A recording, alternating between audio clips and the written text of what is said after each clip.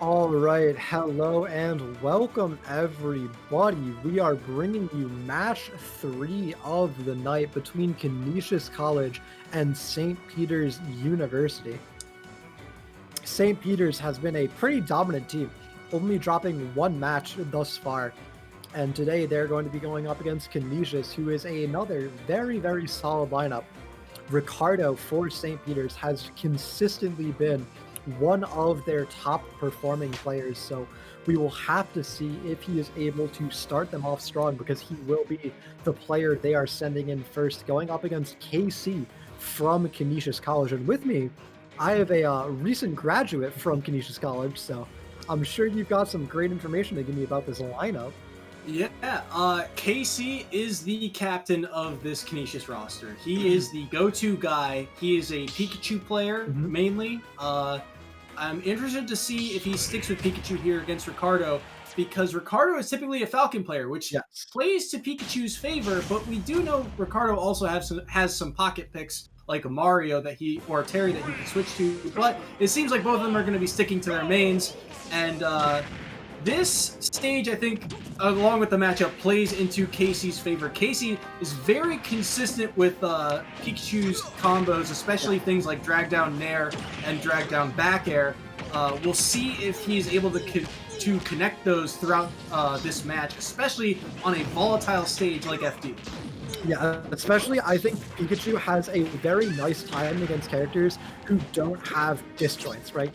Casey on this Pikachu doesn't have any disjoints. Pikachu has very short range, stubby little arms, right? So if a character doesn't have that sword that can keep Pikachu out, Pikachu has a very good time, and against a fast faller like Captain Falcon, it plays into that even better. The combos are so easy to find, so easy to land. The one regard where Pikachu is a little bit lacking is in kill power, but you said it. Casey is very practiced. He definitely knows how to do those setups, those back air strings that lead off stage, the up throw thunders, everything like that. And I think one of the most important parts of this match that you'll have to watch is when either character is off stage. The edge guard capability for either of these characters is massive, but the down B coming through, Pikachu, a very light character, will die at those percents, and the up smash to answer right back. Yeah, an immediate response from Casey on Pikachu, and now we see a nice little leap attempt there, but going to drop it, Ricardo able to get into shield just in time, and now a very big punish for missing for Ricardo, but a little bit of percent answered right back to Casey. Yeah, and good stomp to down air there, and this is what I was talking about with offstage presence. It's so difficult. Casey was trying to weave around that down air, did not want to get spiked, and that's the trick with Pikachu's up B input, is you have to be able to input that second angle, and sometimes it can be tough on Wi-Fi. It can be tough. Pikachu cannot input the same angle twice as well. It has to be two different angles, so it can make it a little awkward when you're directly under the stage like that, but a little bit of a weird flub for Ricardo as well. I think an accidental offstage air dodge is what did him in, but either way, 75%, and Casey with an absolute Chad upbeat does not pay off. He gets punished and upbeat straight into the forward smash from the Captain Falcon, and that's going to be the first game going in a one stock in favor of Ricardo, in favor of St. Peter's University, trying to keep their record looking good. So this is one of the traps that not just Casey, but a couple of Pikachu mains fall into. And they try and upbeat back to stage, and it's so addictive because it's so hard to catch, because you don't know what angle they're going to come at. It's so quick, and it knocks you up, and you can lead it into a combo. But it's something Ricardo had not covered all game, and he uses it on the last stock. He reads it and says, "You're going to go right to center stage. I know exactly where you're going to be," and throws out the forward smash to clean up game one. Yeah, and even if it wasn't obvious before, he was just sitting there charging a forward smash, right? He always is going to let it rip when you press up. It's just such a weird option to go for it, but it works out for Ricardo. Like, look at this. He's just sitting there charging F smash for so long, and Casey goes into it, I think, already a little bit mentally committed to the option. Yeah, and it was very back and forth. I wanted to flush out that point of being off stage a little bit more. One of the things for both of these characters is how they approach edge guarding, because if either of them go low, it can be very volatile both ways. You know, Pikachu has a lot of capability of keeping Falcon off stage and getting edge guards, things like Thunder, things like the neutral beat, the T-Jolt. All of those options are very good at keeping Falcon off stage, but Falcon has so many strong aerials that if he can snuff out Pikachu's options, Pikachu's a light character. He gets hit by a back air or a stomp, Pikachu's just dead for it. Yeah, it's very risky for both sides of the coin, but of course we go to Lilat as the Pikachu counter pick. You can do absolutely disgusting things with quick attack cancels on this stage, as well as the ledges definitely messing with Captain Falcon's recovery if he's below the stage trying to up B back. Yeah, and I also know for a fact that this is one of Casey's favorite stages. He loves to counter pick this stage. Even if he's not playing Pikachu, he loves this stage, so he is well versed on Lilat. Yeah, East big Pikachu player, also a huge fan of Lilat. It's very common among the Pikachu players to go to the stage, but out the gate, it has not looked great, but there's the power of Pikachu. He has incredible setups. That Thunder Spike killing Ricardo at 30%. I was about to talk about how bad it was for Casey, how far behind he was, but now he's in the lead with 109% on him. He's 82%, but he has a big chance for extra credit that he will not be able to convert on. I was about to say right before Casey took that first stock that he hadn't covered the jump yet. And so you see right there to start the game, he goes for the Thunder Spike, and he loves to try and land not only the Thunder Spike, but just on stage, once he gets a grab, he loves to go for that Thunder conversion off of a grab. But Ricardo does a very good job of cleaning up stock one, and you see right there the Thunder conversion. Yeah. Really, really great string. Almost a 0 to death for Casey here. There it is. Gets the conversion. And now a full stock lead for Casey. You can see he is absolutely in a huge advantage over Ricardo in game 2 here. Yeah, and this is where every stock really matters for both of these guys. It's only a 1-point differential, but down the line, this stock could be big. It definitely could be. We saw it in the last match. Only 4 points separated the two teams at the end, so every stock can definitely end up mattering. And here, this fight is how it starts. It's what's incredibly important. And Casey not able to keep up the pressure like he did in the second stock. Casey needs to be very careful here. Ricardo is really hunting for that up B back to stage again, and he almost got it with that up smash a few moments ago, but now Casey at center stage, this is so dangerous. Yeah, but a great forward smash resets the situation. 95% on Ricardo, 100 on Casey.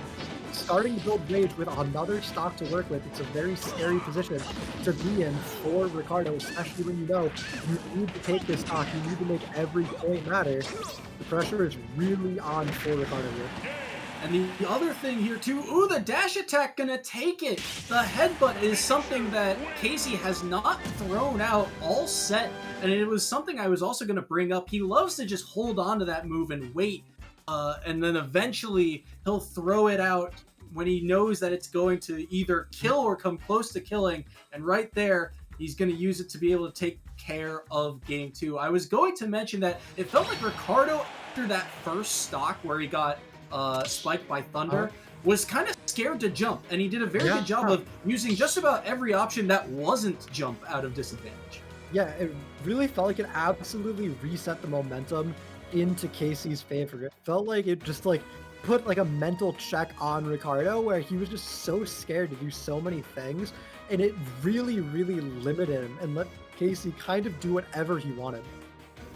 And you see that downer there was conversion too off of the back air initially, and I mean, this was just the struggle for Ricardo all set was how do you get around Pikachu? He's such a small character with so many different hitboxes that it was such a big. And the fact that Casey did not lose his second stock there Yeah, is it's also massive. so big.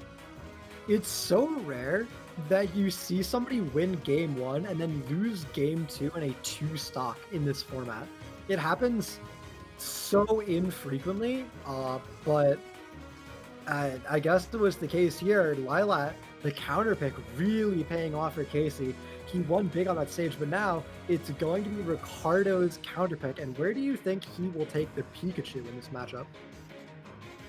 I am not certain because I'm also not sold on Falcon being, the best option in this type of matchup. It has worked, but I mean, I think a character, if he switches to a character like Mario right now, I think that would be way more prevalent, and then the stage almost wouldn't matter because Mario also gets wall jumps in terms of recovery. The kill power is still there now, and Mario's a little bit heavier, so he might fall out of Pikachu's combos a little bit faster. But if he decides to stick with the Falcon, it feels like Falcon and Pikachu do a lot of similar combos in terms of knocking their opponent up and then getting multi-hits or comboing afterwards. So I feel like a triplat would be a little bit too dangerous either way. Maybe a Kalos, since Pikachu tends to kill off the top more times than Falcon. I feel like Falcon's a character with very accurate hitboxes, right? Like knee, the sweet spot's not very big. A lot of things like back air doesn't cover a lot of space. So against a small character like Pikachu, you have a really hard time connecting those big meaty hits that you would normally be able to find very easily against somebody like a DK or a Bowser, right? So it really hurts that Pikachu is that small, but we see Ricardo stick with the character. He's just going to go to a different stage, and I guess he's thinking, he won game one. It's completely doable. He's already done it once, and he just needs to do it again as we go to FD. And FD was game one, and it was very back and forth, but that was nearly... I think Casey is going to take that combo into consideration later in the set because he realized I could have probably gone for a Thunder or a down air spike, but now he's got Ricardo at disadvantage. This is big. He's got Ricardo in very big disadvantage as well. This combo is going to keep going. An amazing conversion with an F smash is going to close out the stock for Casey, and now it's a fired back immediately. You can't DI in against Captain Falcon. You have to DI out when you're Pikachu and your recovery is that good. Just DI out, eat the percent, and then recover with your up B. You can't be DIing in, but Casey does. He eats the knee and it equalizes things, and now things are basically back to dead even between these two players. And look how dangerous it is. He's without a jump. That up B was so scary, but well placed by Casey. And now Ricardo off stage has to find a way to fight his way out of the corner. He does, but it's so brutal. The Falcon kick, such a fast option. And it will also kill Pikachu at fairly low percents. It's got a surprising amount of knockback, and it covers so much space. Yeah, it's just punishable is the problem. If you get through it, if you don't get hit, it's very punishable. Great Thunder Jolt to cover the recovery, and now 115 on both players, dead even. The next big hit will get a lead, and it goes to Casey. We have to see, can Ricardo immediately answer back, or will Casey build extra credit for himself? Because if he gets a percent lead, it will be absolutely monumental in how snowballing this matchup has been every stop. But the percent lead almost didn't matter. The spike hitbox, not quite enough, but 50%. You can't be mad about that if you're Casey. Yeah, that was a huge 50%, and now you can feel the momentum start to swing. Ricardo needs this stock, and he needs it now. Yeah, but Casey stalling off stage so long, don't get caught by any of Ricardo's tricks. 77% on Ricardo, rage on Casey, on this Pikachu. Gets clipped by the up B after an unsafe recovery, but 91 in the F smash. That's not a safe side B. Pikachu F Smash reaches so far. It's a one-stock victory for KC, and that's going to bring the opening score up to 5-1 in Canisius College's favor. That was such a huge conversion to get Yes. all that percent and then to clean it up with the force smash. It feels, when you're playing Falcon, that side B recovery feels kind of safe because it's like, okay, I'm throwing out a hitbox and I'm gaining space while doing it. Surely this is fine, right? But Casey's spacing with that forward smash, especially on ledge, is so good. And on a stage like FD, Falcon in disadvantage, especially against a character like Pikachu, it's just so difficult to battle your way out of the corner. Ricardo had done it a couple of times, but eventually he just kind of ran out of options. Yeah, it's such great option coverage from Casey. If Ricardo goes low and doesn't side, you can recognize it. Just let the forward smash go and then get back and recover, or get back out of recovery, ledge trap winning yuppies, and be fine. It's such a smart move to go for, and Ricardo goes straight into it. So Casey brings his team to an early lead. Ricardo, one of the clutch players, the big names on the St. Peter's University lineup, falls down to KC, and you got to be feeling good about this if you're Canisius. So up next, we are going to bring you Game 2 between Canisius and St. Peter's, but first, we're going to take a short break as we make sure everyone is in the lobby and all the characters are selected.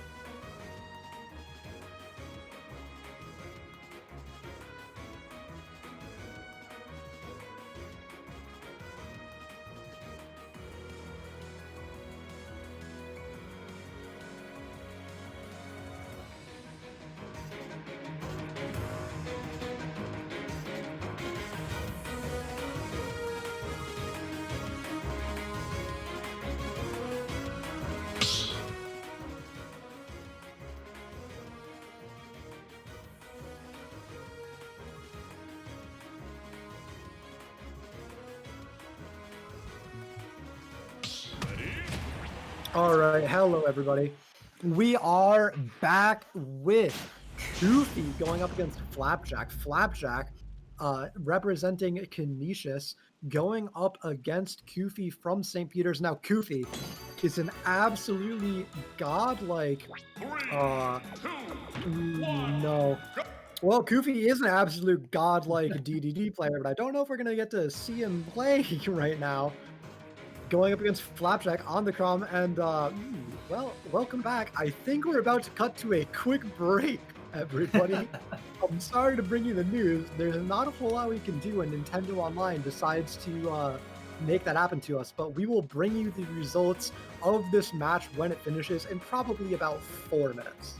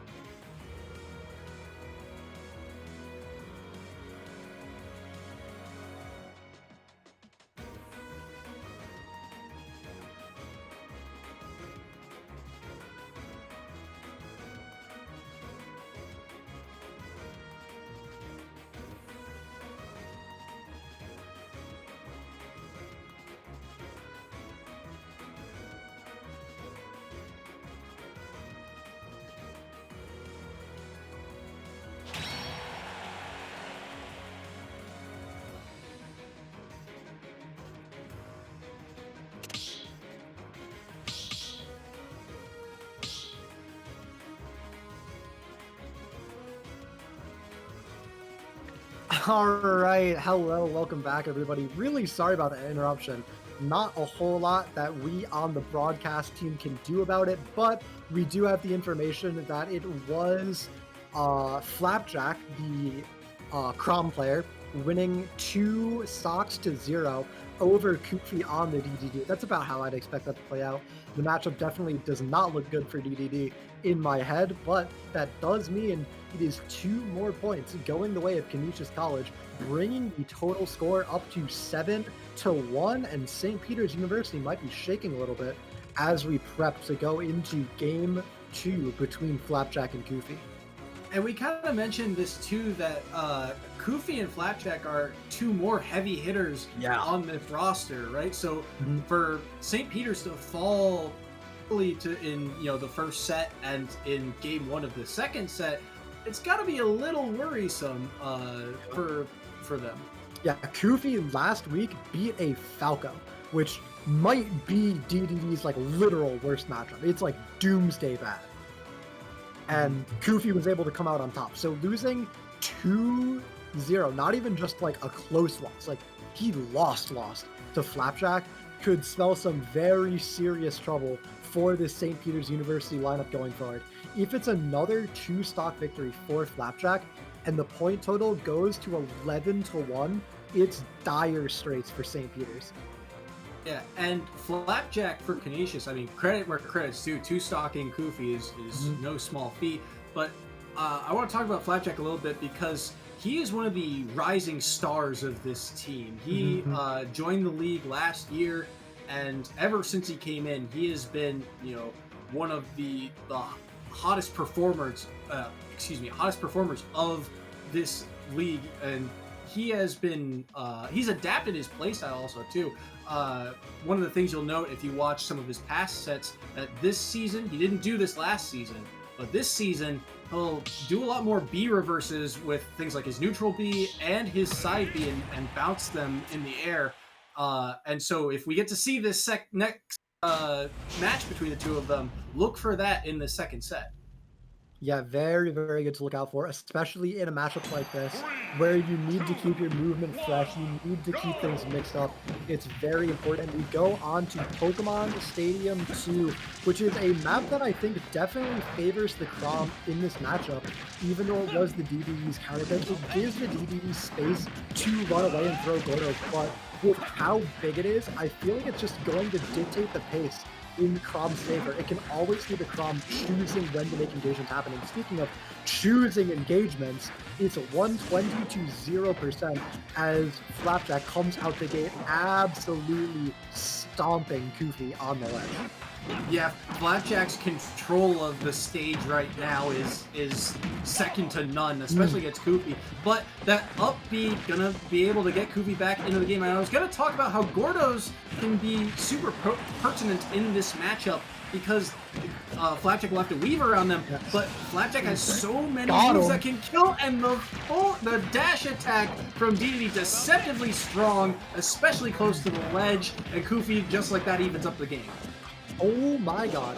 That started out with Flapjack getting 140 unanswered percent on Kofi, and all it took was like 4 hits from Kofi to even things back up immediately.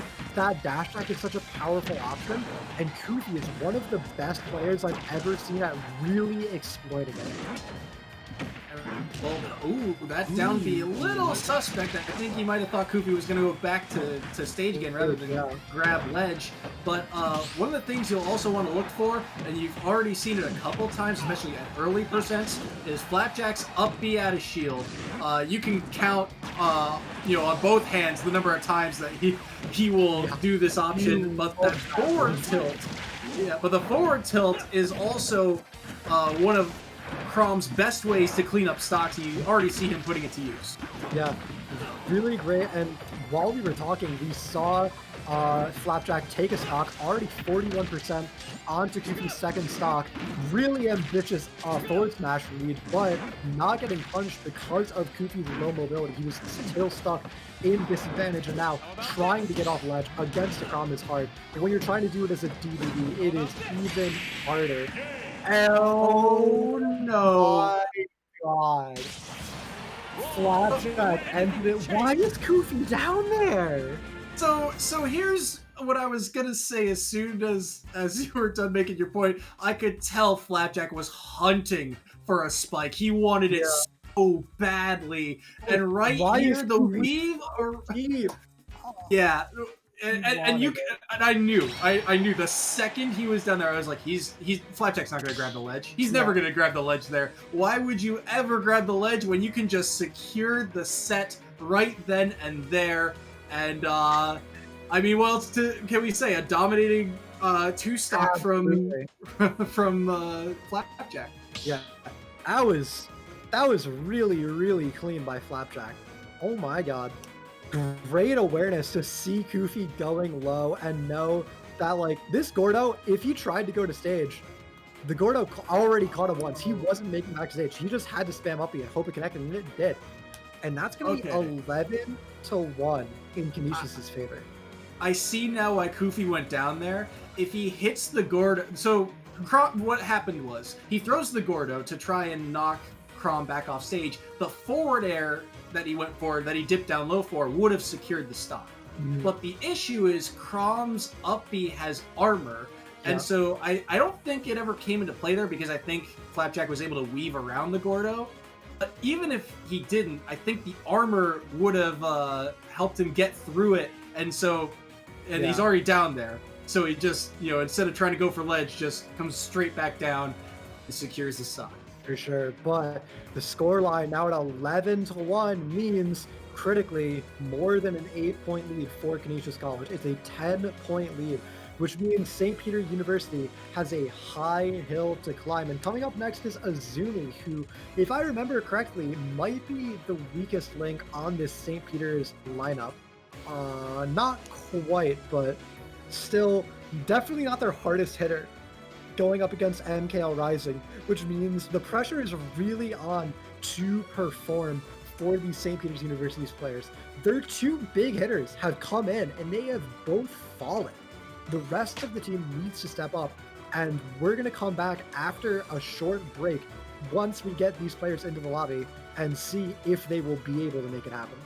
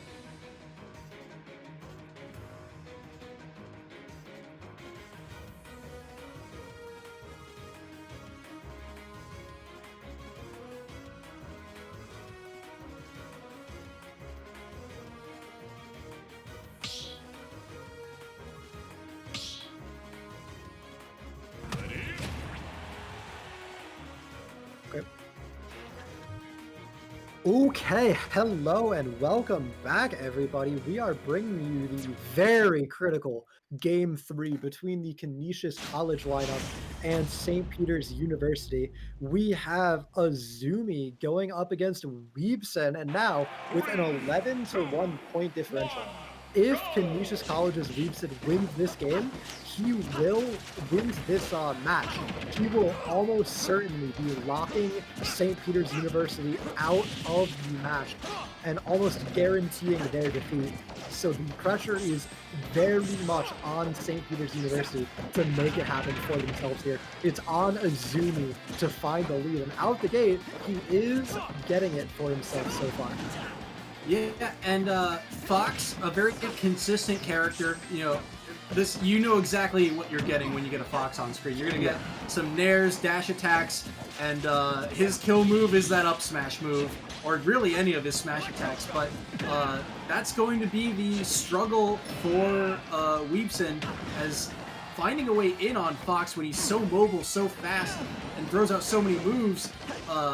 Dark Pit tends to struggle with characters that can do this much damage. Yeah, Dark Pit definitely not one of the strongest characters in the game. Fox, of course, also much weaker than his previous iteration, but still a very, very strong contestant. You see players like Light use him with great efficiency, and that up smash is the keystone of the character. It's so strong, it's so fast, and it's so easy to connect when you really need it to. You really go for the reaction chases, the reaction punishes, and it's just a good move to make happen for that.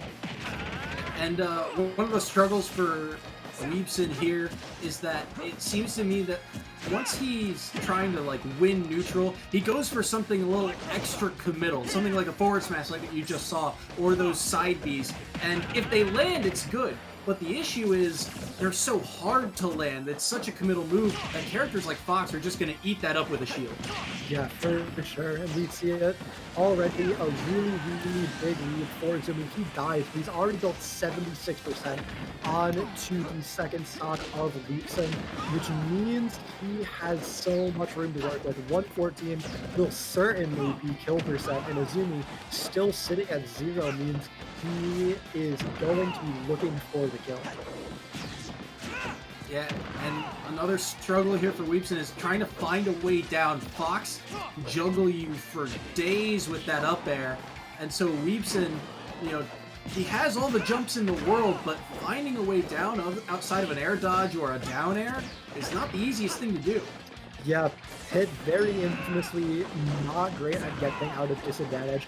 His down air is a pretty okay move, but other than that, he is a slow faller. He's light. It's really difficult for him to get past somebody like a Fox, who is so mobile and has so much priority on that up air to shark out those falling hitboxes. Ooh, that was dangerous. I think Azumi was trying to throw out an up smash there, and Weepson just barely got the down air off. Weepson is doing a pretty good job of converting those down tilts into another move. The issue is that he's throwing them out a lot. It's starting to get a little predictable. Yeah, right now we see one of the main weaknesses of Fox is he has incredible kill power in a very small number of moves. He has up air, back air, and up smash, and that's about it, right? So if you can't find one of those 3 moves, you have a very hard time killing your opponent, which is why we saw Azumi living the 170. Ooh, the parry. Oh, couldn't turn around and get the punish on Azumi. And now, ooh, the jab reset. The jab, it takes the forward jabs. Probably not what Azumi wanted, but it's a little bit of damage as a punish nonetheless. 41% extra credits, he'll absolutely take it. And now, trapping Pitt up in the air, how can Weepson find a way down? He cannot, is the answer. It's going to be a 2-stock victory for Azumi over Weepson, and now that's very nice. He brings the lead down to 11-3. It's only 8 points. He's closing the gap, and he definitely looked a lot better, a lot more composed than Weepson in that game 1, which means game 2 could very well go his favor as well. And even if it's just a 1-stock, the lead would dwindle down to 11-6.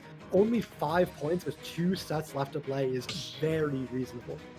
Yeah, and we talked about in previous sets the momentum, right? Yes. And it feels like the momentum from this set is starting to swing St. Peter's way. We talked about, you know, how Canisius got off to such a fast and good start, but this is exactly what St. Peter's needs to get back into this match.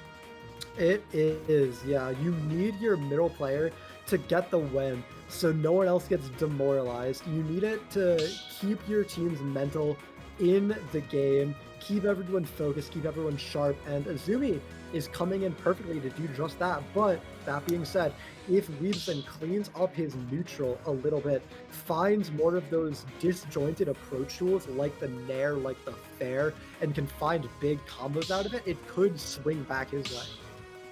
Yeah, Fox is a very comboable character for Pitt and Dark Pit, but the issue is Weepson couldn't really find an opening. You know, he got caught in shield and neutral a lot of times, and Azumi was able to punish him for it. Yeah, I said it in the match that Fox is a very strong character, but he's incredibly predictable. Like, Fox follows a flowchart to a T. Everything he does, you know what he wants to do. The problem is, he's so good at doing it, it doesn't matter that you know, right? But you have to take that information and capitalize that, right? If you don't recognize what Fox wants to do, it's impossible. It's an unwinnable matchup. The problem is, even once you know that, it's still hard, but we haven't really seen Weepson fully get that first step under control. On top of that, think about how Dark Pit really kills, right? Yeah. How many kill moves does Dark Pit have against such a mobile character, right? Mm-hmm. Fox has so much escapability that a lot of Dark Pit's moves, I mean, a lot of kill moves in general, they're so committal, right? Things like the side B, or you saw Weepson get a kill on, but you have to be able to land that in the first place. And if it misses, you're dead for it because it's so punishable. That being said, I will say Fox is the 5th lightest character in the game, so Pit can make up for his lack in kill power by the fact that he is playing against a Fox, a character that is so easy to kill if you are able to land that hit. The problem is landing that hit past all of Fox's speed. I do like the stage pick, though. I think this, I mean, this tends to be a good stage for Fox, but I think the angled edges of this stage and the lower platforms really do benefit Pit and make it easier for Weebson to find some of these stray hits. I do think it might make it a little bit harder for Weebson to land, though, because of how low to the ground these platforms are. It makes it very easy for Fox to cover them with something like a back air or an up air with just a short hop from the ground. And up smash, I believe, on these outer platforms will actually cover it, but the up air gonna take the first stock.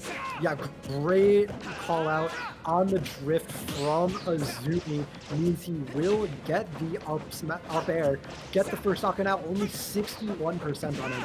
He has so much time to build a lead, to get extra credit percent on to Weebson, and it starts like this, already 24% racked up as Azumi looks to get some lasers.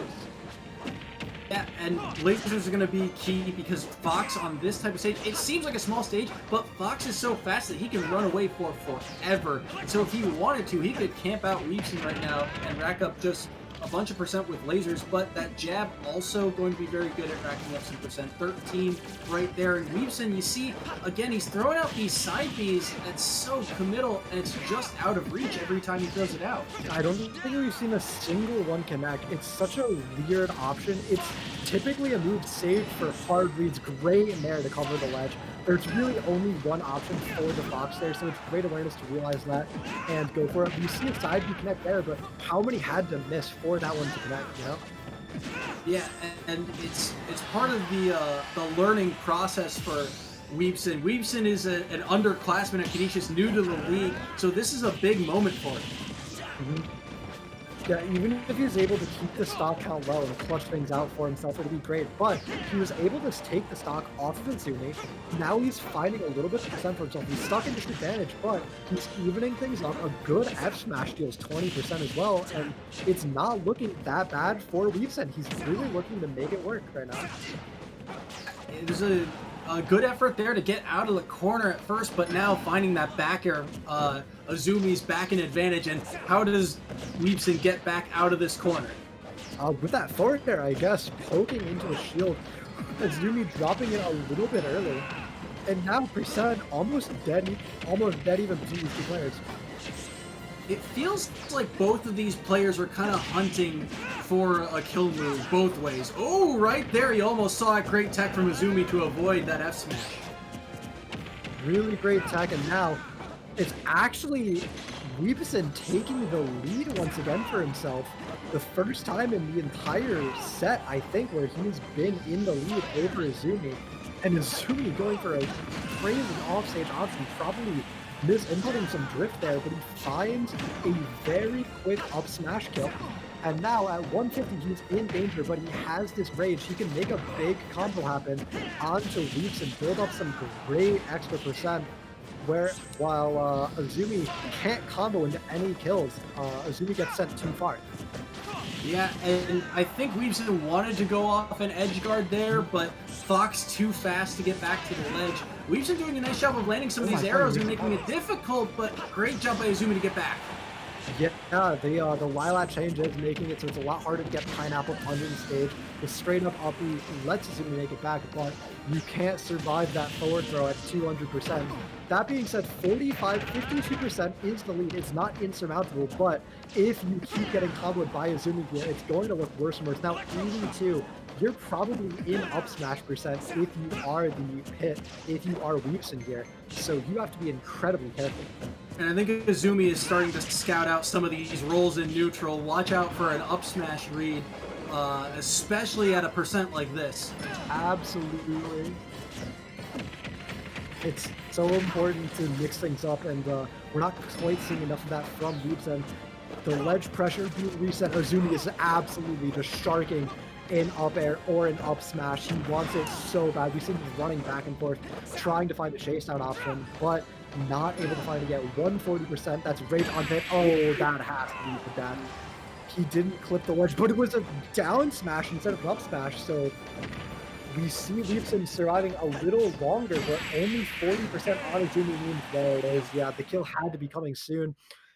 That's going to be 3 more points going in favor of St. Peter's. The score not back in Peter's favor. It couldn't have gone back in Peter's favor by any means, but 11-6 means there's only a 5-point difference between the two teams. And over the course of 2 sets, if you win both, you can definitely make up a 5-point difference.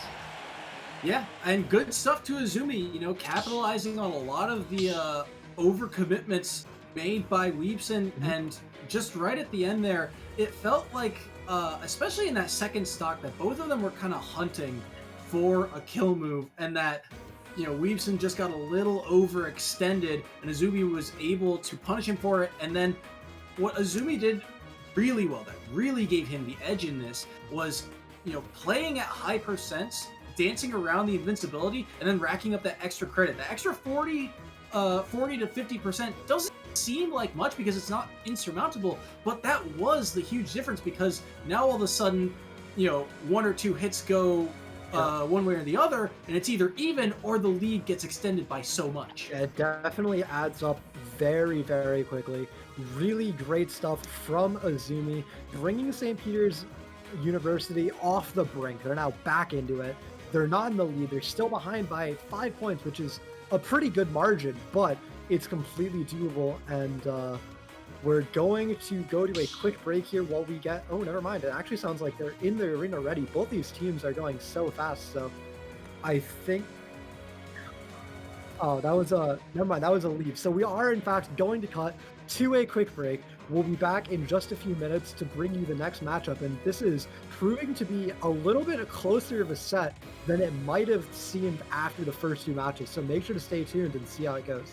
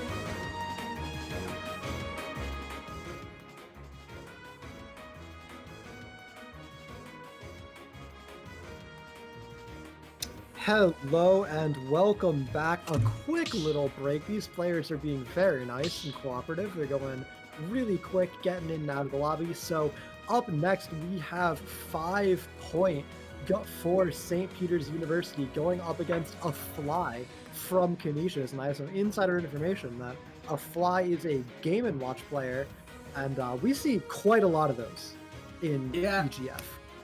Yeah, Game & Watch becoming a little bit more popular with the rise of Meister in the competitive scene. And for A-Fly, this is a big moment for him because he is also new to this lineup. Canisius had 3 seniors graduate from their roster last year. A very talented Pac-Man, a very talented Shulk player, And so for them to graduate and leave, it's players like A-Fly and Weebson who have to step up in this lineup. And so A-Fly has done a very good job so far. He has a lot of bread and butter combos for Game & Watch Down. Things like the drag down nair into down tilt, I've seen him use a lot. So look for that in this matchup. But he is one of the guys who Canisius has to depend on for points here. He definitely is. 5-point lead is not locking anything in by any means. In fact, it could be this match that could swing the point total back into St. Peter's University's favor. So we'll have to see if 5 Point is able to make it happen. We have a fly on this game watch going up against 5 points on the Sonic. And Sonic is another character we've been seeing a lot of recently. Yeah, and there's always the joke about Sonic Online, but I mean, this character does thrive in these types of matchups where he can go in, rack up damage, and Sonic has some surprisingly good kill moves. No, Sonic definitely doesn't lack kill power, and against a Game & Watch who can't really punish the Sonic for kind of camping out, going to the side, spin dashing, and playing a hit and run playstyle, it can be very effective in the matchup. But that being said, we don't see 5 Point opting for that. He's not approaching with spin dash that often. He's normally just running up here. So we saw a really great up smash with that armor saving him and calling out 5 Point's group and getting a very nice early stop. 5 Points is hungry for this kill, and it's really killing him because it's allowed A-Fly to rack up this 70% lead. You see, I mean, count the number of up smashes 5 Points throughout this stock. It is, it's a little much. Well, unless it works. I mean, that up smash will do it, but still, it is a lot too many because 81% being the deficit is not at all where you want to be. It looks like 5 Point has collected his temper a little bit. He's playing a little bit slower, being a little bit more calm in this matchup where you definitely need to play like that. I want to see more down Bs, more side Bs, get those spin dashes incorporated into the playstyle, really make it happen. But 143 means this stock has to be on its way out very soon. There it is, and now it's a full stock deficit for 5 Points against A-Fly. That was really smart by A-Fly. He's taking full advantage of Sonic off stage. Sonic's disadvantage, especially off stage, not all that great. You know, his recovery is very linear, and he can move out of it, but it doesn't have a whole lot of movement options out of it. And so he just throws out the neutral B to cover up all that space, and then knowing that Sonic can't grab the ledge anymore, throws out that down smash that is so powerful and so pertinent. It's giving him, you know, this full stock lead almost. Oh my, what an up smash. Absolutely great from Fly. You said he's a rookie player, but he is definitely showing his value right now. He pulls out 2 stocks for this Canisius College lineup, and now with those 2 points going in favor of Canisius, unless St. Peter University's 5 Point gets the victory, unless he's able to earn any more points for his team, a Fly will lock in Canisius with a win in game 2. Yeah, a huge turning point in the set. You know, any points are important at this portion of the set, and for a Fly, I mean, great job, you know, adapting as the set went on. I use this term a lot, but it felt like 5 Points was hunted, you know? Yeah. It felt like he was, you know, trying to overextend and really get the kill early. I mean, I already mentioned how many up smashes did he throw out on that second stock to try and even up the match, and A-Fly was just there to punish it. Yeah, I agree. He was there to punish it, and he's playing Sonic. Sonic is a very defensive character. It's kind of counterintuitive because, oh, he's so fast, he can go in and rush down the opponent. But what really happens is you have so many ambiguous options and mix-ups that you can play a very defensive hit and run play style where you run to one end of the stage, your opponent can't catch you, you charge up that spin dash, and then you spin dash across the stage, get a few stray hits on your opponent, and then they can't stop you because you're too fast, and then you rinse and repeat over and over again. But we never saw 5 points doing that. We always saw 5 points going in with his regular movement, getting things shielded and getting punished for it instead, which is not what you want to do in the matchup. So I want to see a bit more of a clean, slow, and standard Sonic playstyle from 5 points in game 2. And I understand 5 Points' view of like, okay, I'm dealing with a Game & Watch here. If I can get in, I can do some damage, and Game & Watch is one of the lightest characters in the game. I can kill him pretty early. The issue is, against Game & Watch, Sonic doesn't have the easiest kill setups, and going in is extra dangerous when you consider that Game & Watch has that down smash that grounds you, and Sonic's a light character himself. Both of these guys could die pretty early.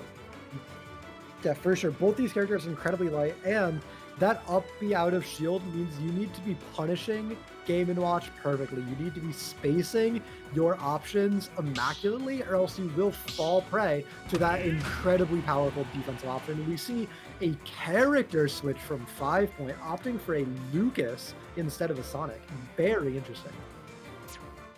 So I still think Game & Watch wins this matchup, but I think playing Lucas forces 5 Points to play that more conservative play style that we were talking about, that he needs to play against a Game & Watch. And I was going to say he wants probably a lot more space to work with, and Kalos will give him just that. Yeah. I do think that this is a matchup where the bucket comes into play very heavily. Lucas loves using that PK Fire as a spacing tool to cover so much horizontal distance like you're seeing right now.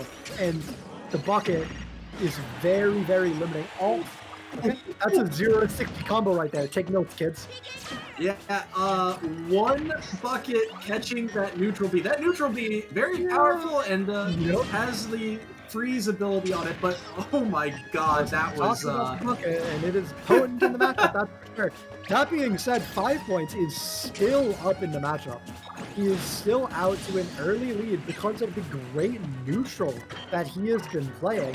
A really great lead gets the back throw for the kill, and now only 90% means that this Lucas is not going to be dying for a little bit. 113 now is much scarier, but he has so much time to build extra credit right now, and he's doing exactly that.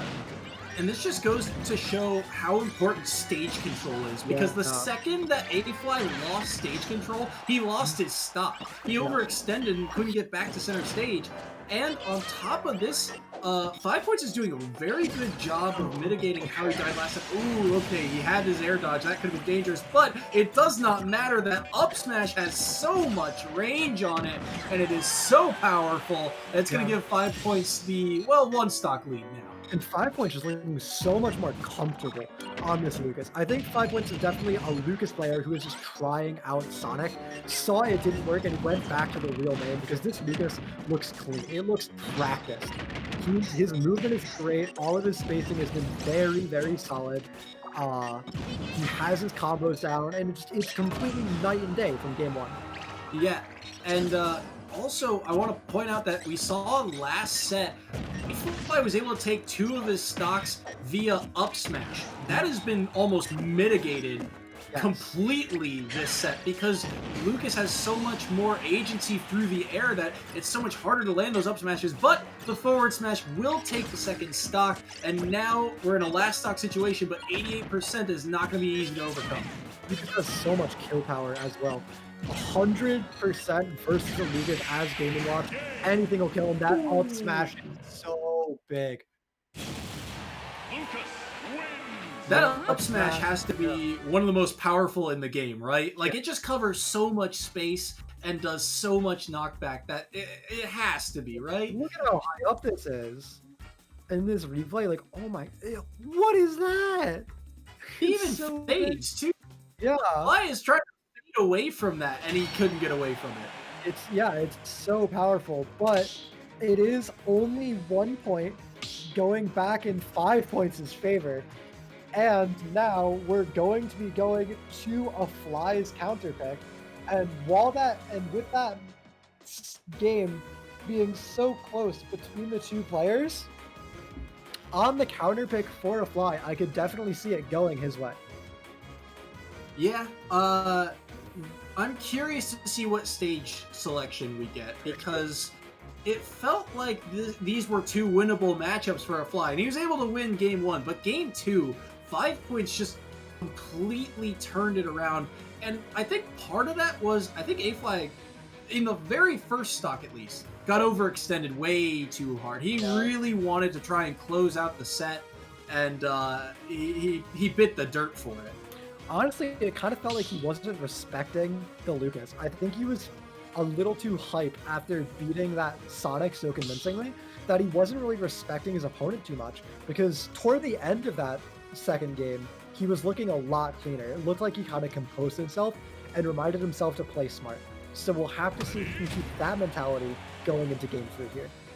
Yeah, and this is a big set, remember, because if St. Peter's wins this, they're right back in it.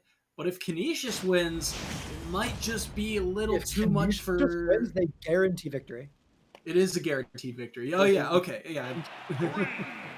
It's guaranteed a tie, at least, but it almost is, guaranteed. Yeah. It is do or die for 5 points in St. Peter's right now. It is indeed. And it has to all come down to this. As out the gate, it is a very... Oh my god, are you dead? Not quite, but it's a very, very good early lead for 5 points on this Lucas right at the start. And that is not what Canisius is hoping for. Oh, A-Fly getting pineapple. That's unfortunate way to go, because right off the bat, you saw both of them very aggressive on the edge guards. They were able to catch each other out a couple of times, and this is a big early stock lead. Only 60% on this first stock means A-Fly has so much work to do. There's so much room to build a lead here. Oh no! Oh, that's tragic. In the most important match of the series so far. That's so tragic. And we're going to have to throw it to a quick break, keep everyone in anticipation while we await the match results. Don't worry, folks. We are as worried as you are about what happens here, so stay tuned.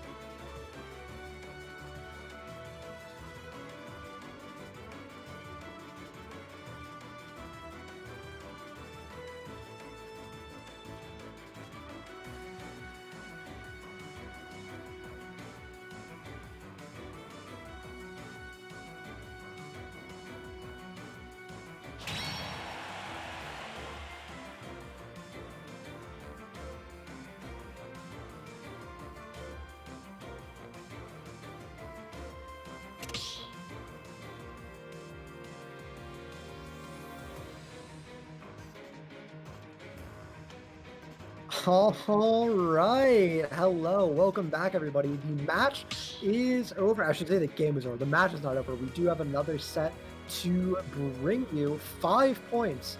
Took the game over a fly, keeping his team in it.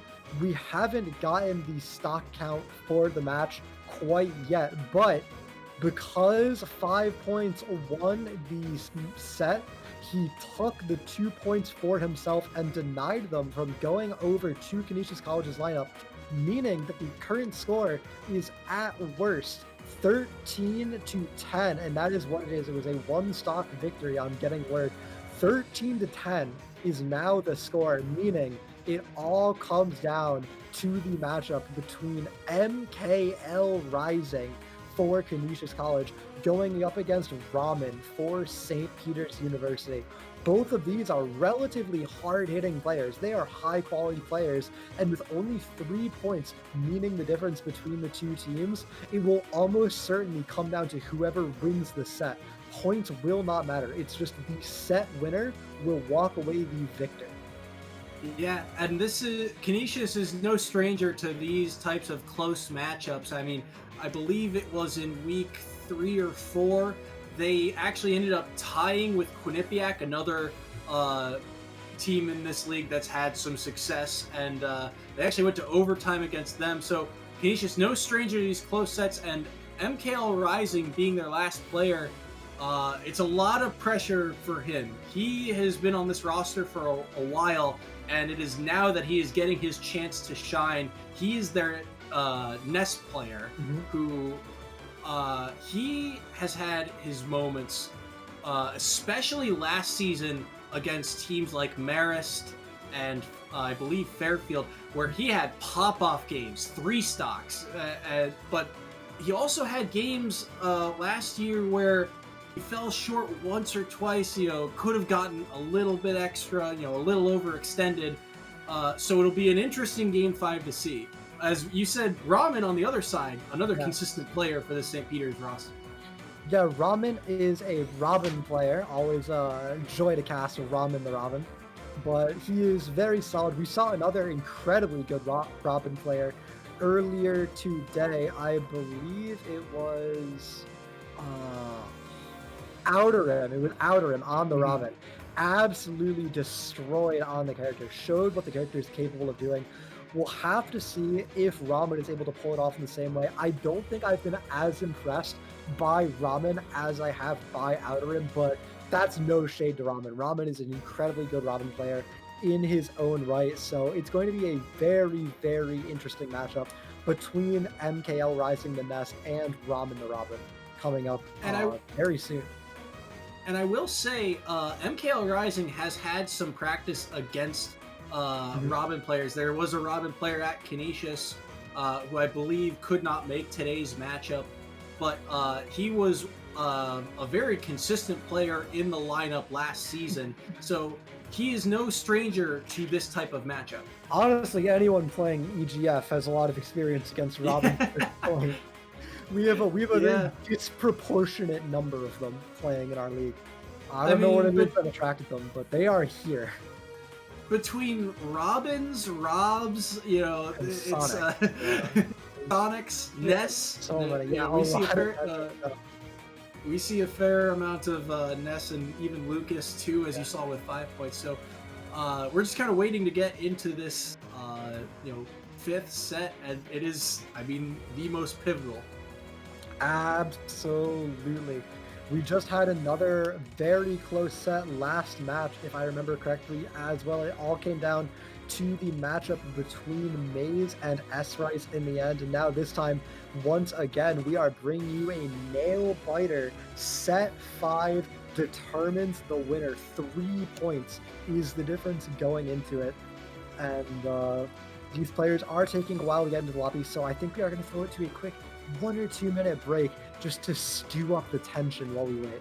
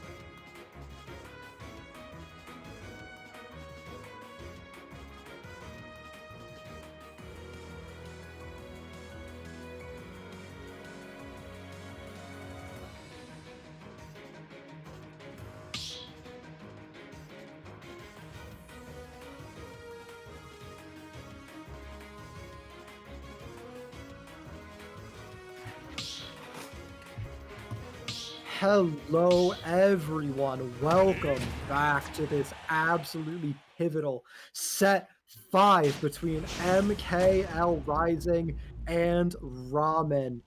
Both players have everything on the line for their teams. When 3 points separate teams, nothing matters besides this final set. And out the gate, it is going to be MKL Rising finding the first solid couple of hits.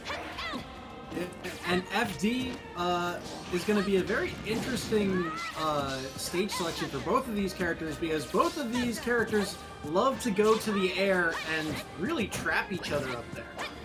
Yeah, especially in a matchup like this where they both have those PK fire type moves that linger on the ground and really trap the opponent for trying to play that grounded, shielded game. Both players are going to want to stay in the air a lot. Of course, Ness has that Psy Magnet that can really help him in this matchup. It denies so much of the value that Robin has in her kit. Yeah, and one of the things I've noticed about MKL Rising is that throughout his time at Canisius, his use of Psy Magnet has really gotten better. You know, he used to, I believe, not really use it a whole lot, but ever since, you know, coming to Canisius, he's been able to use it to kind of, you know, you can see here in neutral, he's trying to use it to try and bait something out of Ramen, but Ramen not falling for it. Yeah, it's just a very safe option when you're at that distance. Robin is a very slow character. Their only way of punishing it would be with one of those projectiles that it eats up. So it really is an unpunishable move if you're spacing it properly. And there's very little downside to throwing it out if you know what you're doing. That being said, though, it is an early deficit, although a very small one, for MKL Rising here on this first stock, as both players are just looking for a way to close it out and get a lead. Yeah, and that's gonna be the stock. Yeah, I was gonna say MKL Rising did a really good job of good spacing, and there he's gonna be able to even it back up. But on that first stock, his spacing and his control of center stage was very good, but just got a little overextended and allowed for that back throw to put him into disadvantage, and that's what gave Ramen the first stock of the game. Yeah, it is, and out the gate, neither player finding any solid footing on this second stock. A little bit of damage being traded for the Ramen onto this mess, but an immediate response from MKL Rising, only 20% separating two players is going to mean very little in the long run right now. And you can tell both of them are just trying to space out right now. Ooh, that was an unfortunate air dodge and the catch. This is dangerous. Okay. No contest offstage from Ramen, respecting how dangerous it is to try and intercept that Psy Magnet. If you mess up, it's going to be completely reversed. It's going to be your stock gone. But 100% on this mess for only 40 on Ramen means it's a very commanding lead so far, especially with that Levin sword back online. And you can tell MKL Rising is trying to play very safe. He's not trying to overcommit to anything because he knows that Levin sword is so powerful. The back air from center stage almost taking the stock. Robin has such kill power, especially close to the ledge. He's trying to just space around all these moves, and he wanted the rocket, but sent him the wrong way. I don't even know what the attempt was, besides some kind of crazy double kill scenario where he takes him down with him, but that's just an insane Psy Rocket, but it doesn't find its mark, and now MKL Rising is very behind. He's going to need to find a stock quite soon, but this offstage interaction might be what does it, but he's not able to find a yo-yo in time. Yeah, and MKL Rising has also done a better job over the years of placing that yo-yo and really getting better at edge guarding by, you know, landing those smash attacks. But here is the big issue. Ramen's control of center stage, and with Levin's sword, it's so dangerous. Good attempt at a yo-yo, but Ramen waits it out very smart. MKL Rising, 69% really needs to take a stop off Ramen's team. There it is. All right, the comeback is doable. 70% is not an insane deficit, but 100% is when Ramen is so strong with that Levin sword. A single aerial at the edge could do it, and it's going to need to be perfect play from MKO Rising. Ness is not a character that kills you quickly. It would have to be a lot of consecutive neutral wins if he wants to make the comeback happen, and it's looking very rough, but this is how it starts.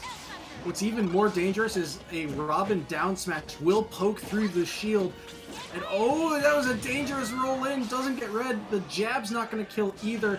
But now how does he fight his way out of the corner back to ledge? I don't know. It's so hard. But he manages to. He gets back and Nair breaks out the pressure. But 133. He's so behind.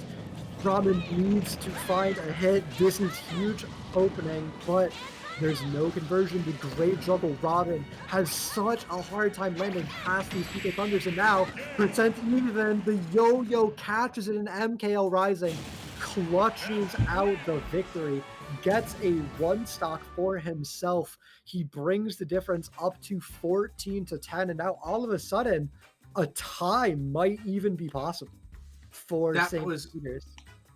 Yeah, that was a huge win for MKL Rising. And Ramen had his opportunities, you know? Hey. I mean, how many times did we see him land a strong hit, but the survivability of Ness, you know, he stayed alive at such a high percent for so long. He was able to whittle away at the percent, and eventually the yo-yo edge guard. Right at the very end, we mentioned how he'd gotten better at it throughout his years of play, and it comes to fruition right at the end. Yeah. It all comes together. I said it. I said MKL Rising was so behind, he'd have to play nearly perfectly, and he did. He absolutely made it happen for himself, for his team, even. And now he is one game away from bringing home the victory for Canisius College. He's one game away from handing St. Peter's University their second loss of the season. And this would be huge, too, because, I mean, we mentioned it at the start. St. Peter's is one of the top teams of this league. Yes. And Canisius is a team that feels like they should also be considered, you know, in that top 10, you know, that elite 8 of the division, but they've had some rough losses here and there, especially, you know, I mentioned that overtime heartbreaker they had to Quinnipiac. Yeah. They are a team that grinds and really tries to learn from their losses. So this is a big moment for them if they can take down a top tier dog like St. Peter's. Absolutely. And we see Ramen sitting on the side, I think really thinking about things, trying to figure out what he wants to do before he gets back into it for this final game. It is all on the line for him here. He needs to make it happen. It is his stage counterpick. We're going back into it in just a few moments. MKO Rising, making sure he has everything right, making sure he's on the right stage, collecting some final thoughts. And we're going to go into what could potentially be match point. If I'm Ramen here, I go to a large stage, a wide stage. Mm-hmm. I think that the projectiles really... Oh, the run back. Okay, no, this also makes sense. Yeah. This also makes sense because, I mean, Ramen had his opportunities to win that game. For sure. It just on that last stock could not come together. He could not find a strong hit that he needed. And so, yeah, I understand the run back, and it's, I mean, the similar matchup. We'll just see what adjustments both of these players make. Yeah, Ramen was winning up until the very end, so it's understandable that he would want to come back to the stage, say he just needs to play the end cleaner, but I think MKL Rising was really figuring out the matchup towards the end of it. He had such a great last stock there.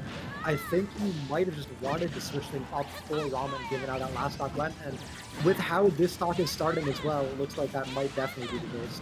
That was a clean forward air to grab by MKL Rising that we haven't really seen him go for yet. Yeah, Robin has such a hard time getting past these PK Thunders. Robin, as a character, really struggles with landing, and PK Thunder is one of the best non-committal sharking options for that, so it's such a powerful tool in the matchup. Good get-up attack to space around that yo-yo. If that yo-yo caught him, he might have been dead again. Here's the issue now. No Levin Sword to really get you out of the situation. Not going to do it, actually. Oh my god. That was How much has MKL Rising healed off his side magnet already in just the first stock? It's so gotta crazy. be like at least like 20-30%. Ooh, and the tip of that dash attack gonna take the first stock. Yeah, and now it's MKL Rising with the lead, looking for extra credit against Ramen, who has been behind, falling behind more and more over the course of that first stock so far. Like the mix-up on that jab. He could have gone for the one to try and send him off the top, but instead he goes for the fire burst at the end, and ooh, that's a trade. That's going to take the first stock. It is going to take the first stock, and only 18% on Ramen means things are basically dead even in this match so far. Neither player finding any solid openings for this second stock. Both just fishing for that big hit, but no one finding it yet. That's some good damage for MKL Rising, though. Ooh, gets overextended, though, with that back air. He wanted to try and get Ramen off stage. Back to neutral, who can get stage control. Ooh, great little combo for Ramen, and it is going to be Ramen in the percent lead now after taking that. The side magnets finding less value now that Ramen is playing more carefully around it. It was a good grab. Reading that he was out of his neutral B, the book, the spell book, you know, had run out, so he knew that the space was there, and getting a grab as Ness is exactly what you're looking for around this percent. Ooh, almost getting the kill off of that up tilt, I believe, but not quite finding it. And now, once again, both players sitting very much in kill percent of the other. Both players trying to find that one opening that will net them the kill so they can start working on the opponent's next stock, but neither one able to find it here. The Levin Sword is online, but just barely misses. Back into neutral, Ramen's got a little bit of, he doesn't have much of his spell books in play. They're both pretty low between his neutral B and the Levin Sword. He's got to be careful with his usage. He definitely does, but he might just want to cycle them, get back to the next ones in a uncharged Thunder is what's going to take the kill. That's really surprising, but now Ramen dies immediately, and it is as down to the wire as it could be. 0% to 0% last stock scenario, but a great double PK fire. That's 30% for MKL Rising out the gate. Ramen's trying to read, you know, an overextension by MKL Rising. That is where he has found the majority of his percent, because when he tries to play this spacing game, MKL Rising's tools, he's utilized his tools better. Yes. Oh, this is a big opening though. 79% now on to MKL Rising. 91 with that Levin Sword on mine means it's going to be kill percent. This is exactly the scenario we were in game one, and MKL Rising was able to pull it out, but will he be able to do it again? It was miraculous when he did it the first time. Doing it a second would be even more incredible. Gets the grab, knowing that the shield was low. That was good by Ramen. Off stage, not great ledge trapping, but there it is, the Levin Sword hit, and Ramen keeps St. Peter's University in the game. We're going to a game 3, set 5. Game 3 will be what determines it, and if you're paying attention to the score, if Ramen wins in a one stock, we'll have a tie. That's it's big stuff, and I want to make note of right at the end there, MKL Rising kind of got into a pattern of grabbing the ledge, jumping, and then re-grabbing the ledge, and that was how he was able to weave around the ledge trapping that Ramen was throwing out.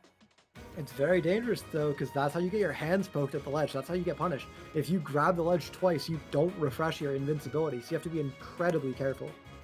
And the other issue with that is not only do you lose your ledge invincibility, you find yourself caught in the same situation again, because maybe they don't throw out another fire, another side beat towards the ledge, but they might throw out something else. As you saw there right at the end, they threw out a second fire because they had enough of the spell book, and it led right into the Levin Sword.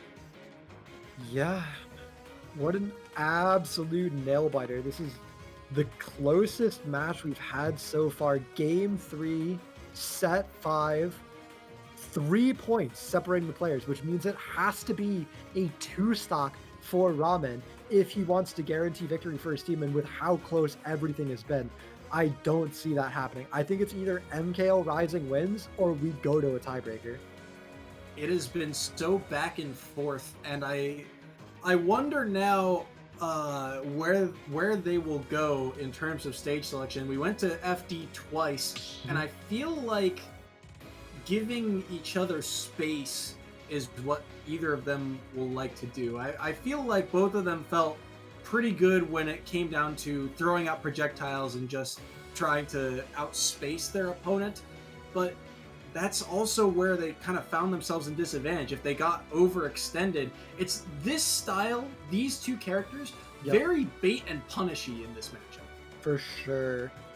They both really want to make you approach at awkward angles with those diagonal fire projectiles. And then once you're in at that off angle where you don't really have a great option you know how to use properly, they can punish you with aerials out of shield, dash back grabs, anything just to make your movement feel awkward and get the hit to punish it. Yeah, and it's also very back and forth. I mean, we mentioned how MKL Rising took that first stock, and it felt like he had a lot of momentum because you said it yourself. How many heals did he get off of that Psy Magnet on that first stock? It was incredible how many he was getting.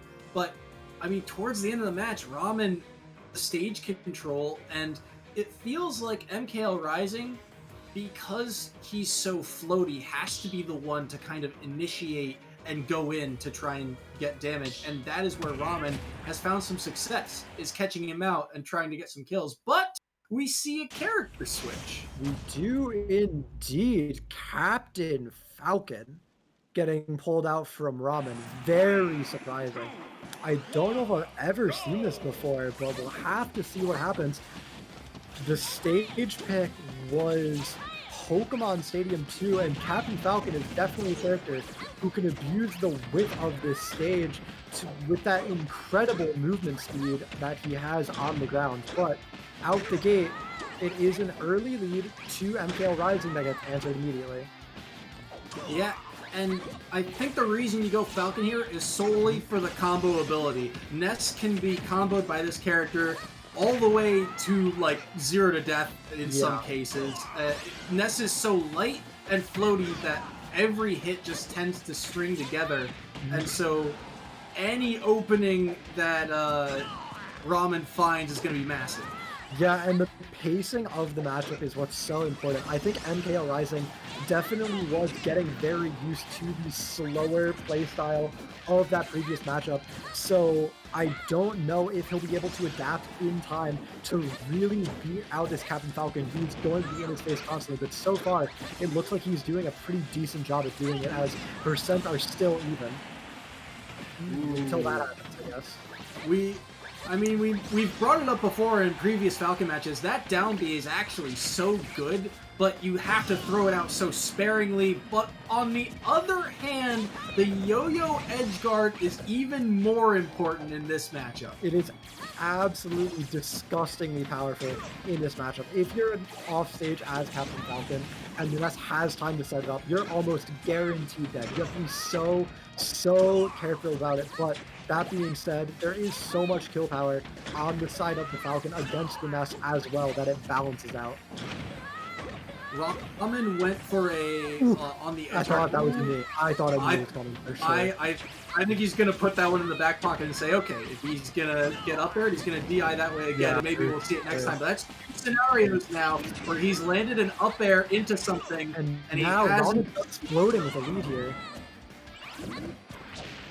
Can he fight his way out of the corner? Oh, okay. He wanted the kill on the up B. He does, but now 78%, 79 gets clipped by the yo-yo. Sent up, okay, 123 on the Nest, on MKL Rising, means even a dash attack might be the kill. The PK Flash not going to find it, but the up air with Rage is enough to take the stock, and now MKL Rising up 2 stocks to 1, but 123% on his last one. 1 stock to 1. Ramen playing for a tie right now if he wins. MKL Rising playing to close it out, to clutch it for his team. 1 stock to 1. Even percent. It's absolutely down to the wire. Yeah, big stock right here. And I want to say those last 2 stocks were all about covering options. The second one of these guys gets in disadvantage. Oh my god. Yeah, back to neutral. Even percents once again, 58 to 68. Neither player with any big advantage. It's a neutral, but a whiffed Falcon kick. No punish on the up B from the Ness, and now the percents are getting higher and higher. Captain Falcon getting much closer to kill percent. A knee will kill this Ness right now. He has to be so careful. 100%. He cannot be feeling safe at all. Such a big trade, the back air and up air earlier. Oh, and he really wants this up kill. 140% though. MKL Rising, anything from this Captain Falcon will kill him. There's so much power on this character, but with the rage built up, something like a back throw could do it for the Ness as well. Both these players have to be so careful. Any hit will do it. Everything is on the line right now for both of these players. The back throw is going to be DI'd perfectly. The PK Flash with the yo-yo takes it. And oh my god, the last hit, last stock, last game, last set. MKL Rising clutches it out for his team and takes it over St. Peter's University. 17 to 11 is the final score. Covering every option. The neutral B covers so much space and is so powerful. Falcon has to respect it and get away, and that leaves just enough time for MKL Rising to dash over and up smash. What an absolutely insane ending to an insane series between these two teams. This is the most even series I think I've ever cast on EGF. It was absolutely insane. I'm glad I was here, and I hope everyone watching was glad they were here as well. Congratulations to Canisius College. Your whole lineup played amazing and handed St. Peter's University their second loss of the season. Canisius proving themselves to be very serious contenders. And we mentioned how St. Peter's, not only is this their second loss of the season, St. Peter's made the finals of the conference last year. They are, they are and have been a top dog in this league. And so for Canisius to come out, today and upset them, that's a big upset. It is absolutely huge. Playoffs are coming pretty dang soon too, so these standings are getting finalized very quickly, and this is a big win for Canisius. Congratulations to the whole lineup. But we have 2 more matches coming up for the viewers in just a few minutes.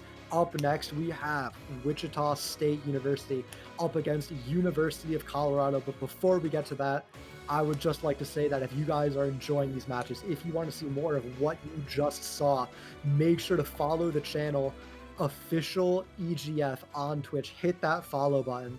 And if you enjoyed me being here, it really helps me if you go over to Twitter and follow me at toxic_gerbil, as well as my caster, Soysaurus. Yeah, thanks. If you want to follow me, my Twitter is also down below, at SoysinJSport on Twitter. If you like the production we have going on here as well, make sure to check them out. House of 3000, they're bringing you all the replays, they're bringing you the overlays, they're really killing it today. Yeah, it has been a fantastic day so far, and still plenty of action to go. Yeah, so we'll be right back after a quick little break to give me a chance to drink some water, as well as the team's a chance to get in and prepare for this next match we have running. We'll be back in a few minutes.